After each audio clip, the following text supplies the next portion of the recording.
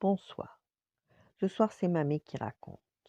L'histoire de Pilus le mammouth. Il était une fois un mammouth très velu. Il est vrai que naturellement, les mammouths ont beaucoup de poils. Mais là, nous étions en face d'un phénomène extraordinaire.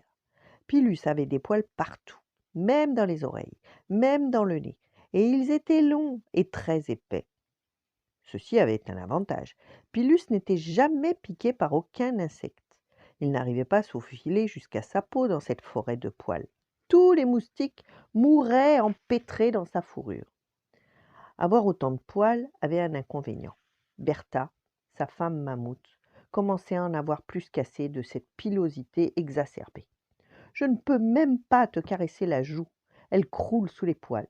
Et je ne vois même plus tes yeux. Ils sont cachés par tes cheveux. Comment veux-tu que je voie si tu me fais les yeux doux? Ces remarques faisaient beaucoup de mal à Pilus, qui aimait sa femme plus que tout au monde.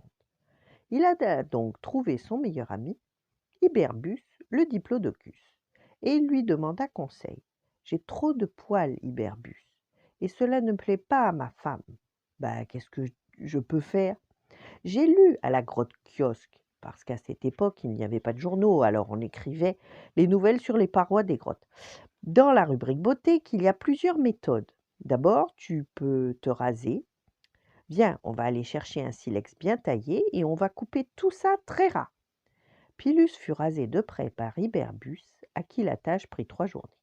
Mais le résultat était à la hauteur. Bertha se précipita dans les bras de Pilus, frotta sa joue contre la sienne, le regarda amoureusement droit dans les yeux et le couvrit de bisous. Malheureusement, cette lune de miel fut de courte durée. Bientôt, les poils de Pilus repoussèrent, plus nombreux et plus drus. On aurait dit un mammouth porc-épic. Il était encore pire qu'avant. Bertha, déçue, s'éloigna de lui, tête baissée.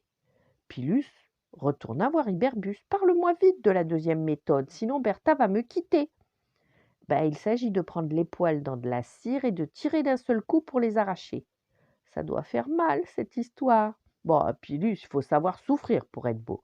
Allons vider quelques ruches. Allez. Iberbus tartina Pilus avec la cire récoltée, puis il tira d'un coup, sans le prévenir. Un long hurlement retentit dans la vallée des dinosaures. Bertha, reconnaissant la voix de son cher et tendre, accourut. En voyant Pilus sans poils, elle tomba en pâmoison.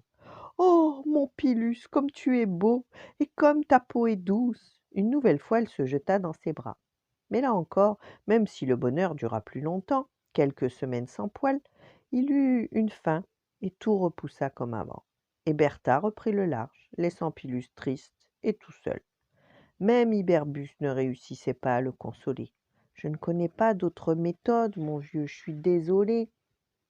Mais un événement incroyable vint sauver Pilus. Une météorite énorme de 10 kilomètres de diamètre percuta la Terre. Les arbres, les feuilles, les herbes, les arbustes, tout brûla. Un froid glacial s'installa partout. Les dinosaures herbivores n'avaient plus rien à se mettre sous la dent. Les carnivores ne firent qu'une bouchée de ces dinosaures maigrichons et affaiblis avant de mourir de faim à leur tour.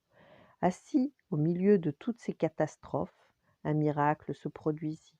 Bertha, sortant de sa cachette, alla trouver Pilus et lui dit: Je peux me serrer contre toi? Tes poils nous tiendront chaud. Et c'est ainsi que Pilus le poilu retrouva sa bien-aimée et qu'ils s'aimèrent jusqu'à la fin de l'ère préhistorique. Voilà, bonne nuit, faites de beaux rêves et à demain.